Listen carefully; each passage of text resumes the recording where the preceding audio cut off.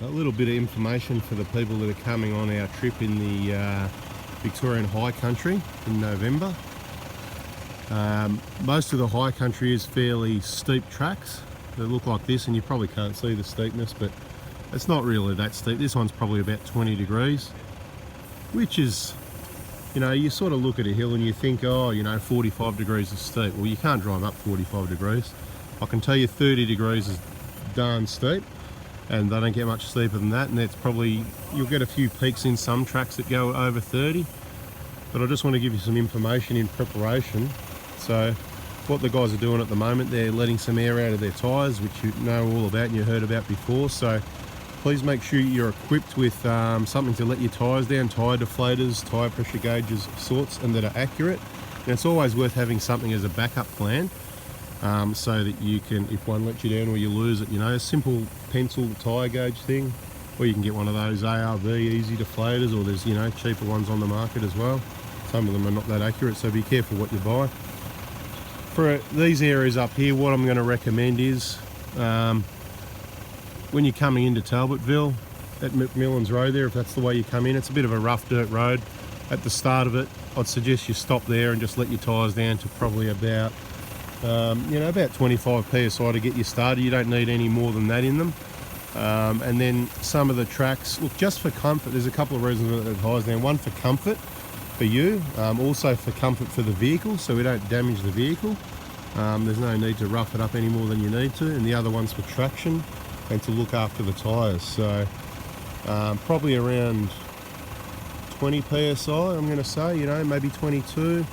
You can vary front to rear if you like, but look, to save you asking the question, what pressure? Once you get down into Talbotville, you may as well drop your tyres down to somewhere between 20 and 22, and it depends what tyres you're running, okay? So the BFG all-terrains, the KO2s, which are fairly popular, I recommend something along the lines of 20 psi when they're cold. So make sure they're not, haven't been driven and they're not in the sun. 20 psi cold, going to get you through all the tracks without too many hassles. You shouldn't need to go lower than that unless it's wet, raining and whatever, but we're not going to have that. We're going to have nice, sunny, beautiful weather like what you see here at the moment. We're just out here doing a bit of a recce run, checking out some tracks, and a little bit of information for you guys. I hope that helps.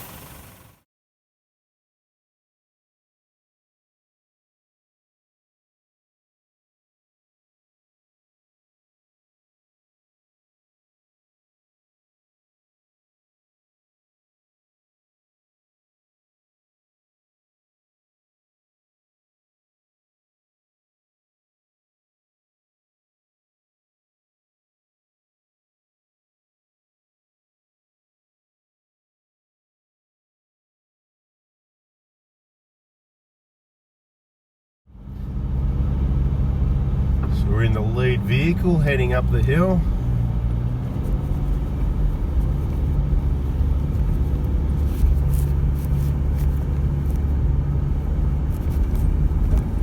Quite hard to hold the camera steady. So we've got a few little dig outs where people have spun some wheels, etc. We're going to get a bit, no traction control on that one, that was too easy. Going to need a harder bit. So when you see those wheel spin and call it sort of washed out and wheel spin dig out holes, you want to kind of try and avoid those with your wheels, and if you can, get them under the vehicle and keep your wheels on the ground. Apparently further up this track it gets a bit rougher. We're about to find out and see what it looks like. Bit of a hole over there on the right. Our driver's done a perfect job over on the left avoiding that. You can feel quite a lot of flex went on over that. Probably you can't tell what we can, but a few more holes up here. You could probably go either way, but we go a bit more to the left and keep on it one way or another. Bit of a hole here. So yeah, someone's really got on the diggings here, haven't they? Bit of traction control. Piece of cake. Piece of cake, a potato cake. A little bit loose and, you know. So once it's really dry, that's the other thing that happens. It gets, people spin wheels on it and it sort of gets really powdery, and then the traction becomes really loose. But My guess was that's probably the worst of it. Now I'll get out and do some video of the other guys coming up.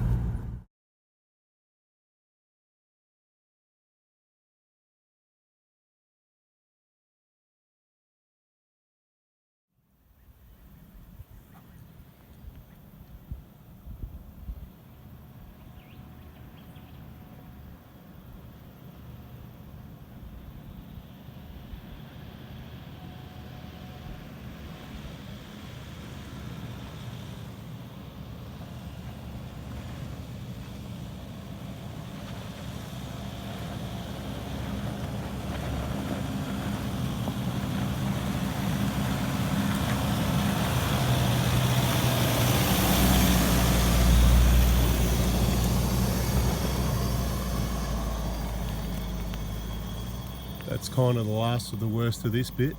And when we say worst, kind of mean best. Got one more vehicle to come up.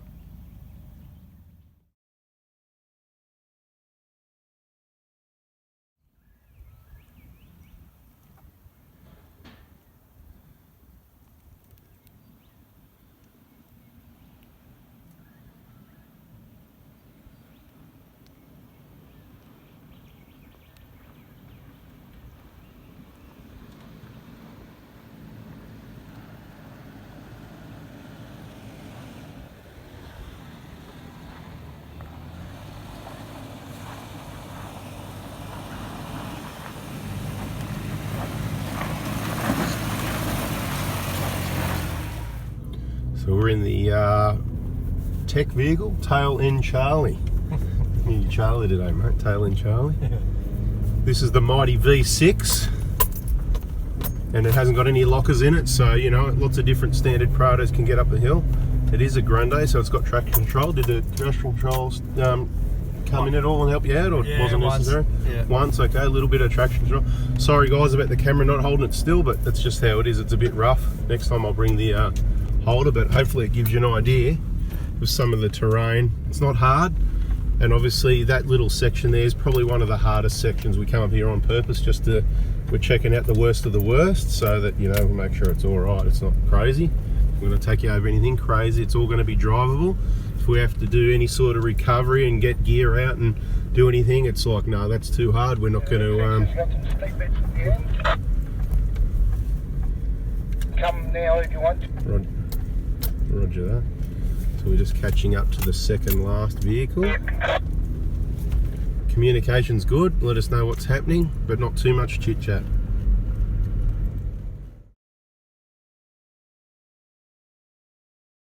So when you're out on the dusty tracks, right, you've got options. I recommend you run your climate control or whatever on fresh. Sorry, I can't hold it still, so you know what I mean, fresh, not recirculate. It maintains cabin pressure with your fan on at least sort of 2 or 3. You've got some vents, so the design of the vehicle, the air comes in the front of the vehicle, up behind that plastic trim outside the vehicle, at the bottom of the windscreen, both on the 120 and the 150. They're a bit different, but similar thing. So when it's on fresh, the air comes in there, goes through the vehicle, and out there's an exit point right at the back of the vehicle, in behind the back bumper bar. That's where the water comes in, where your car fills up with water if you decide to try and use it as a boat. Now, so by keeping it on fresh, you help keep the dust out of there, plus any other place that it might want to come in. Nearly 700 metres, pretty good. And if you put it on, but your cabin filter will get dirty, but that's easy to change, you know. It's just down in here in the glove box, you know. That's another video. You can check that out on my YouTube if you haven't seen it yet, cleaning the cabin filter. And if we haven't done it, we'll get round to it. But look, the point is, you will get a dirty cabin filter, but you'll maintain cabin pressure and keep the dust out.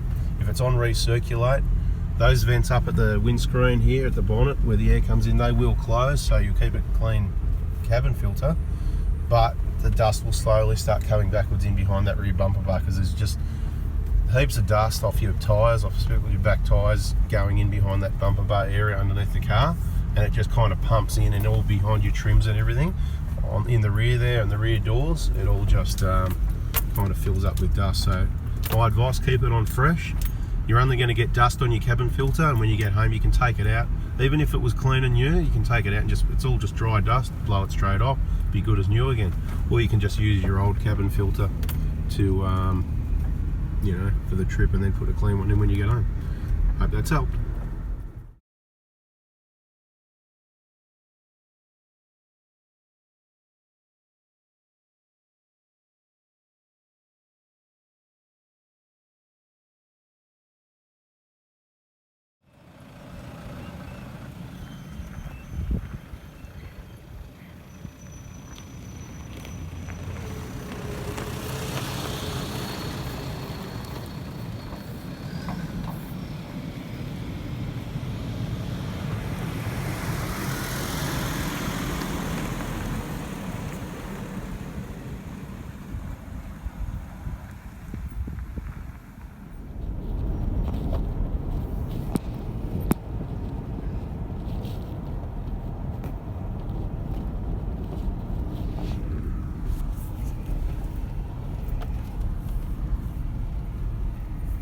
Look, mine, no hands.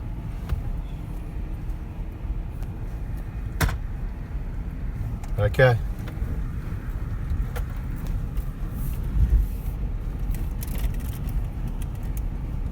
A little bit rough, a little bit steep. Not too bad. A little bit of entertainment for people who haven't been here before.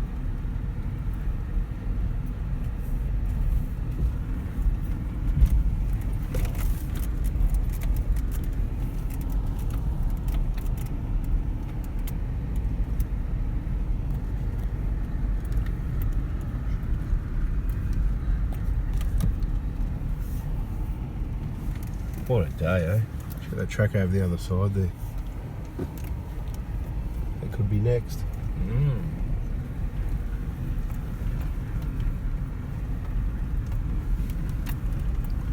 So the 20 PSI's worked pretty well. It's going pretty good. No hassles going up or down anything.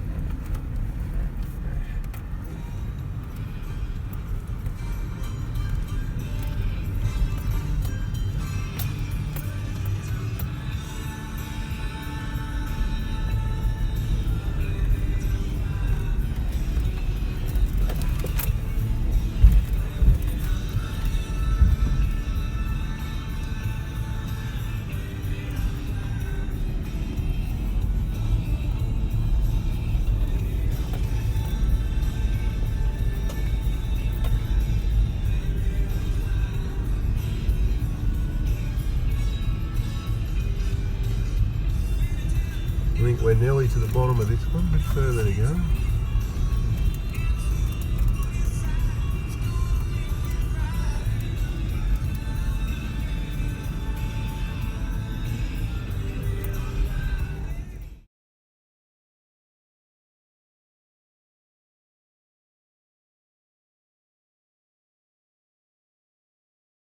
I don't know what the name of the track is we're coming down, I forget. Been down up and down a few times, you know. But this heads down to our campsite. There's a river down there. You can see the river down there. It comes around in a bend. It kind of goes back this way and it loops back that way. And I don't know what year, I'm not going to give you the year, but at some time they sort of cut through. It's called Harrison's Cut anyway, for people that know the area. That down there, where that vehicle's parked, right, that's that spot right there, Harrison's Cut. So we're up on the track above it. If you look across the other side, you can see one that goes up the ridge line. Again, can't remember the name of that either. I used to know it. And that hits another road that goes up along the top of the ridge. If you look right along the top of the mountain there, and it comes down, and that's the one we were going up earlier. If we continued up, and that comes down and crosses the river a few k's up. Anyway, there you go. Good spot down there. I reckon we go down there and go for a swim. What colour anyway? Got a spare car door over here. I don't know how you end up with a spare door. It's not off a full drive. Maybe someone brought out the Hyundai Gets to see how it goes. Target practice. It's got some hole in it, has it? Oh, couldn't tell. So the high country, it's all about your hills. Up and down hills. Hope you like hills. Up the hills, down the hills. Up and down hills. down to the river for a swim. As long as some keen fisherman's not having a crack, because he's not going to like it when you go for a swim while he's trying to catch a trout.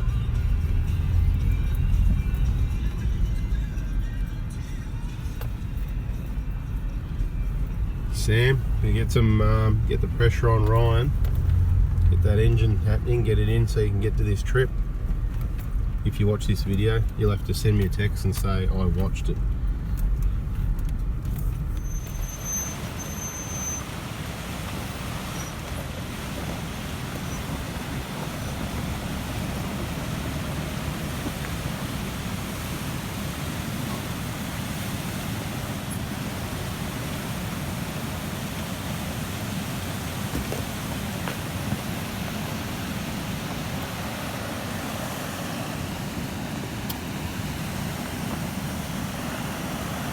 Have a look at this water, guys. Isn't that just magnificent? Fantastic. And do not come to the high country equipped without your bathers. You just want to get in Harrison's Cup, they call it. You can probably Google it and find out a bit of information.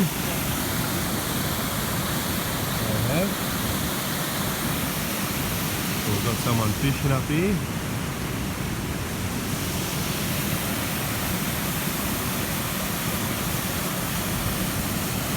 Nice big water hole. This is just kind of snow melt. There's been no rain for a while. It's pretty dry, so in some heavy rains it'll probably go a bit nuts. There you go, eh? Have a look at that. We're going to get in it. We're camped about 2 k's down the river from here, so happy days for us.